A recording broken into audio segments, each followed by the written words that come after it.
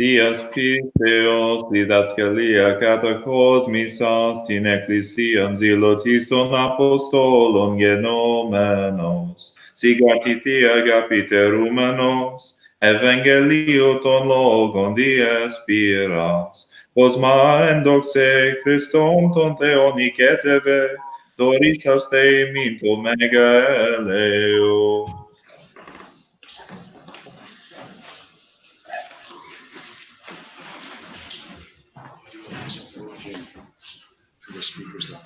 So we'll continue tonight, brothers and sisters, with our series of homilies on the introduction to the Orthodox faith according to Saint Kosmas the Aetolian. As we've said before, now what we tend to do in our homilies is I've read the teachings of Saint Kosmas, a few times, and I took out 15 or 16 of the central themes that I thought come up over and over again within his teachings that he seems to emphasize as being particularly important. And then what I did is built 15 or 16 homilies around those themes, using as a beginning point some of the sayings of the saint, and then filling those out with some things from the writings of other holy fathers of our tradition. And so we're coming towards the end of our series of talks. I think we might have one or two more. I'm not sure. I don't remember exactly.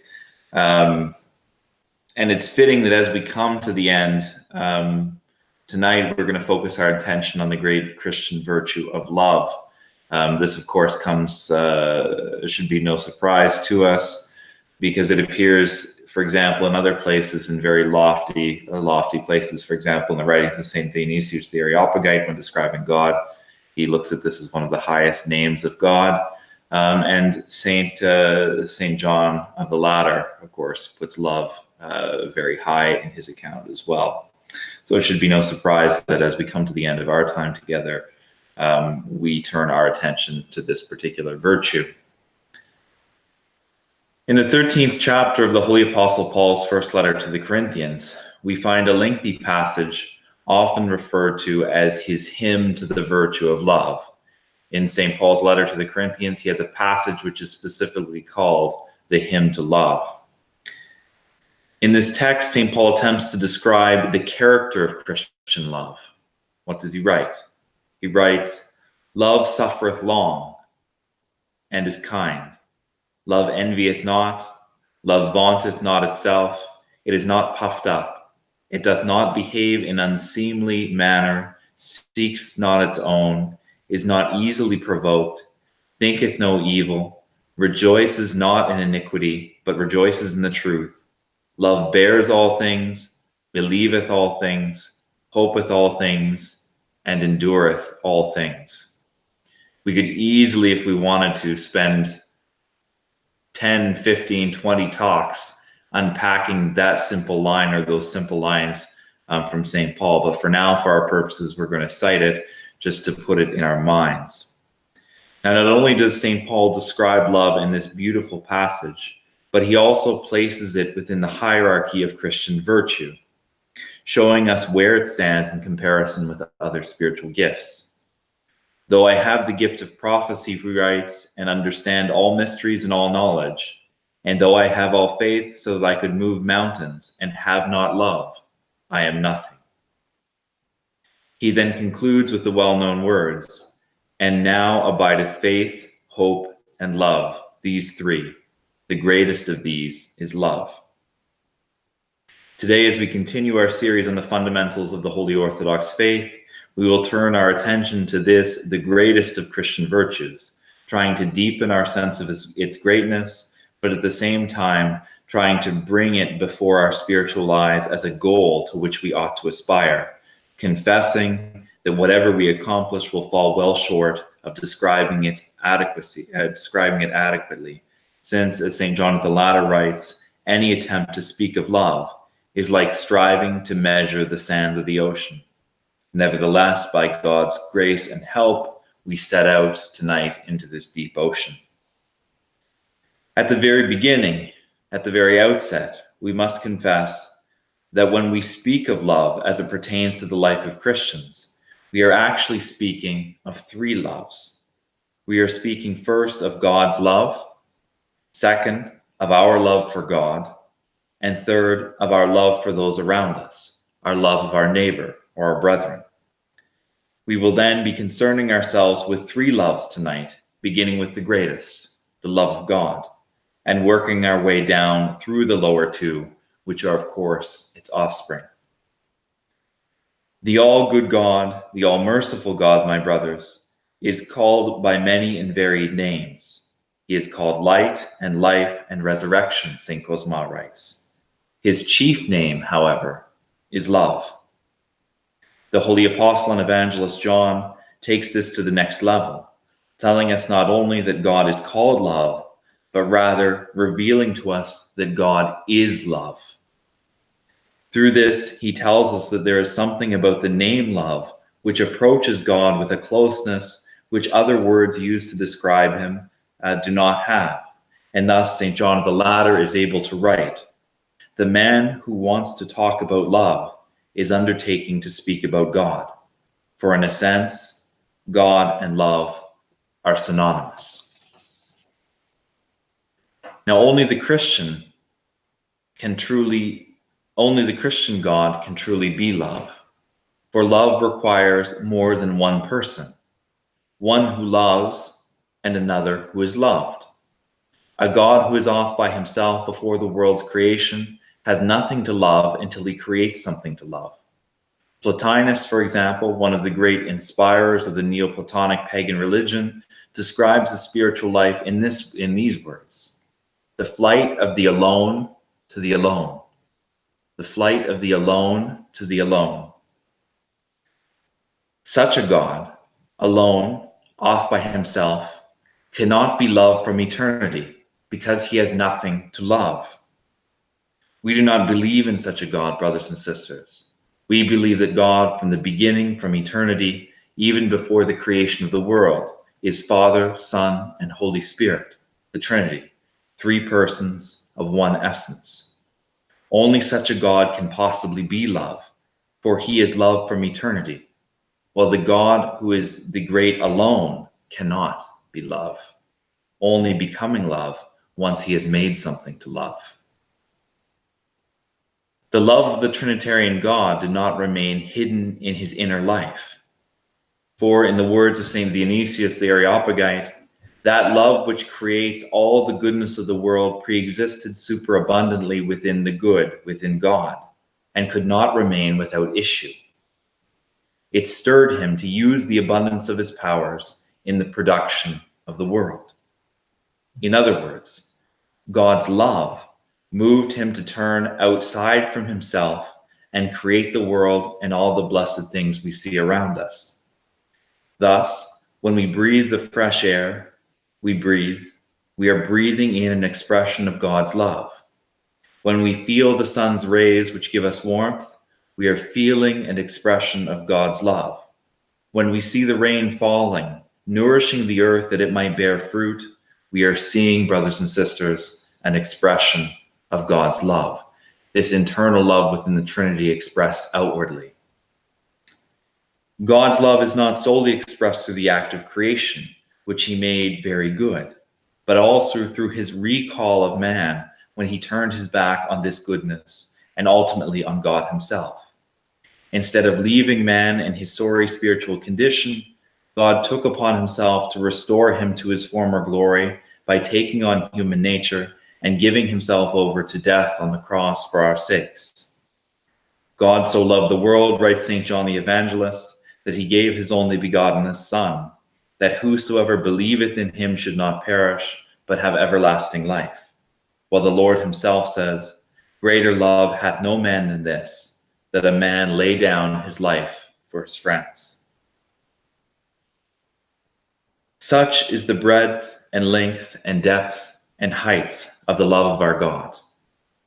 It is not right that such love go unrequited, however, and it ought to inspire in us a twofold love in return: the love of the God who first loved us, and the love of neighbor.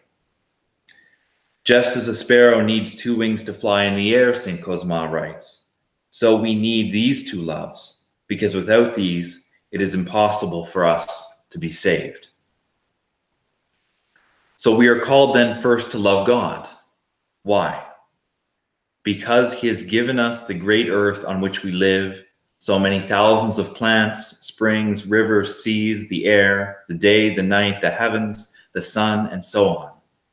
These he made for us. And what did he owe us, St. Kosmas asks rhetorically. Nothing. All are gifts. The love he has showered on us did not stop here, however. First, he made us men and not animals. Not enough? He made us devout Orthodox Christians and not impious heretics, St. Kosmas adds. And even if we sin 1,000 times an hour, he will still have mercy on us like a father, not putting us to death and sending us to hell, but he awaits our repentance with open arms. All these things should move us to love our God. That we should love God on account of the countless blessings he has bestowed upon us is then, I take it, evident. But how deep a love of God are we called to? Can our love for God be simply a warm feeling, a fuzzy feeling of affection? By no means. What, St. Paul asks, shall separate us from the love of Christ? Shall tribulation or distress or persecution or famine or nakedness or peril or sword? Our love for God, our desire to be with him, should be such that we will let absolutely nothing come between us. Ought we not love such a sweet God and Lord so deeply that we would even spill our blood 1,000 times for the love of him as he spilled his blood for us, St. Kosmas asks. And many have indeed spilled their blood, given their very lives, rather than let the love of God in them be extinguished. All generations have witnessed men, women, and even children who chose to suffer death rather than deny the God whom they loved. We could speak for hours and hours of these holy ones, whom the Church calls martyrs. But instead, I will mention only one in passing, because some of his writings have been preserved in which he speaks specifically of the love of Christ. I am referring, of course, to St. Ignatius the God-bearer, who as Bishop of Antioch was taken from his see and dragged all the way to Rome to be fed to lions simply because he refused to deny his beloved, simply because he refused to deny Christ. On his way to martyrdom, he writes, "My love hath been crucified. My love hath been crucified. And there is no fire in me desiring to be fed. I have no delight in corruptible food, nor in the pleasures of this life. The one who I loved," he says, "is the one who has been crucified, and I desire nothing in this life more than to be with him." This is the attitude of all the martyrs. What can separate us from the love of God, St. Paul asks? What can overcome their love? The answer is nothing. There are not only martyrs, brothers and sisters. There is another kind of saint celebrated in our church, remarkable for their love of God. There are some who, although they were not put to death, suffered greatly so as not to deny the God whom they loved and who loved them. These are called confessors. The church celebrates, for example, St. Maximus the Confessor, who had his right hand cut off and his tongue cut out by the Monophysites in the 5th century because he refused to say that Christ only had one nature. In other words, that he was not both God and man. There is also the example of St. Athanasius the Great, who we celebrated recently, and who was exiled from his bishop's throne 5 times by the Arians because he refused to say that the Word, the second person of the Holy Trinity, was created, that he was not God. And then also recently, we celebrated another great confessor. St. Mark of Ephesus was part of the Orthodox delegation which traveled to the West in 1439 to take part in the Pseudo-Council of Florence, where a dialogue was supposed to take place between the Orthodox Church and the Roman Catholics in hopes of settling the differences which resulted in the West leaving the Church. The Pope insisted that the council take place in the West and promised to be a gracious host to the Orthodox, providing them with accommodations, a church to hold services in, and a stipend to pay for necessities. Instead of a dialogue and discussion, however, the council proved to be a ploy to force the Orthodox to reject their faith and embrace the heresies of the papal church. First, the Pope made the accommodations rustic. Then he made it difficult for them to hold Orthodox services. And soon he began cutting back on the agreed upon living allowance, such that by the final days of the council, many of the Orthodox were sick and malnourished and even feared starvation. Finally, seeing that he had nearly brought the Orthodox to their knees, he dealt a final blow, making it clear that the East would receive no aid from the West against the Muslim threat which stood outside the doors of Constantinople, unless they did what? Unless they, the representatives of the council in the name of the whole Orthodox Church, abandoned the Orthodox faith and became papists. Under such horrendous conditions, many of the Orthodox, in fact almost all of the delegation, gave in and signed a decree of union. The Patriarch of Constantinople died just before signing. 3 members of the delegation escaped and fled to Constantinople, and 1 bishop tried to hide, but was discovered and ultimately signed under pressure. Of all of these, 1 lone figure bore all the sufferings. 1 lone figure refused to flee and yet refused to sign. That was St. Mark of Ephesus. St. Mark's love was so great that no amount of physical suffering, no amount of psychological pressure, no concern for the protection of his earthly homeland could persuade him to accept a lie about God. If we love someone, we will not accept others to speak lies about them. Now, though, brothers and sisters, we may not be called martyrs and confessors, our love for God ought to be no less extreme, I'm here to tell you. We are called to live our own kind of martyrdom. We are called to put to death the old man which lives within us, to die unto sin, to those sinful inclinations buried deep within our souls. It is sin above all which stands between us and God. Thus, if we are to do battle with sin and cast it out of our lives, we must have in our hearts the love of God to inspire us in our struggle. Love has 2 properties, according to St. Kosmas. First, it gives man strength to do what is good, and second, it weakens his resolve to do what is evil. We are all equally called to make God our first love, letting no earthly thing come between us and him. For as Christ himself says, "He that loveth father or mother more than me is not worthy of me, and he that loveth son or daughter more than me is not worthy of me." Our love for God ought to dominate our lives then.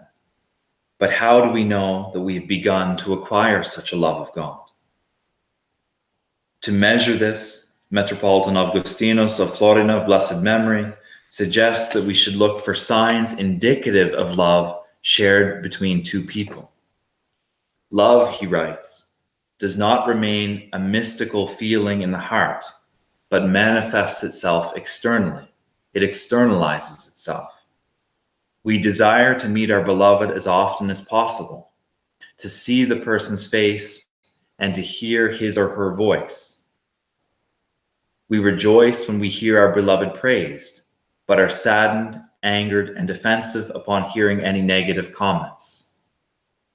We do all that pleases our beloved and carefully avoid anything that displeases. We love the friends of our lover and detest any enemies. We think about this person day and night. We hang our beloved's photograph prominently in our room. We passionately seek to please this person. And if the person is a fiancé, then burning with love, we await our wedding day. Does this not happen with people in love? His Eminence asks. Take then this as a criterion for measuring and examining yourself. See if there are similar manifestations of love in you for him who is worth loving more than any lover. You will notice here, in that last passage I read from Metropolitan Augustinus, that he says a sign of love is that we love those loved by the one we love, that we ought to love those who are loved by God. Though God must be our first love, he is not to be our only love. In fact, according to St. John the Latter, he who loves the Lord has first loved his brother, for the latter is proof of the former. Love of neighbor then is evidence. It is the natural extension of our love of God. If we love God, we will naturally love our neighbor with him, with whom we share a common nature, with whom we share one baptism, one faith, we receive the same mysteries, and we hope to enjoy the same paradise, St. Kosmas writes. St. John Chrysostom puts this in another way. Imagine, he says, if a person were to have a beloved child, a child for whom he would give up his life. Imagine now a second person who loved this father, but paid no attention to the beloved son. Would the father not be angered by this, he asks? This is like God, who has all of us as his beloved children. Can it possibly be pleasing to God for us to claim to love him and yet mistreat his beloved children? If we truly love him, will we not love the ones whom he also loves? If we love God, we will naturally then love our neighbor. But what does this look like in practical terms? Christian love of neighbor does not remain on a theoretical level, but has a necessarily practical dimension. Returning to St. Kosmas, he reminds us that I can only claim to love someone if I give him bread when he is hungry. I can only claim to love him if I console him, if I sympathize with him when he has lost a loved one.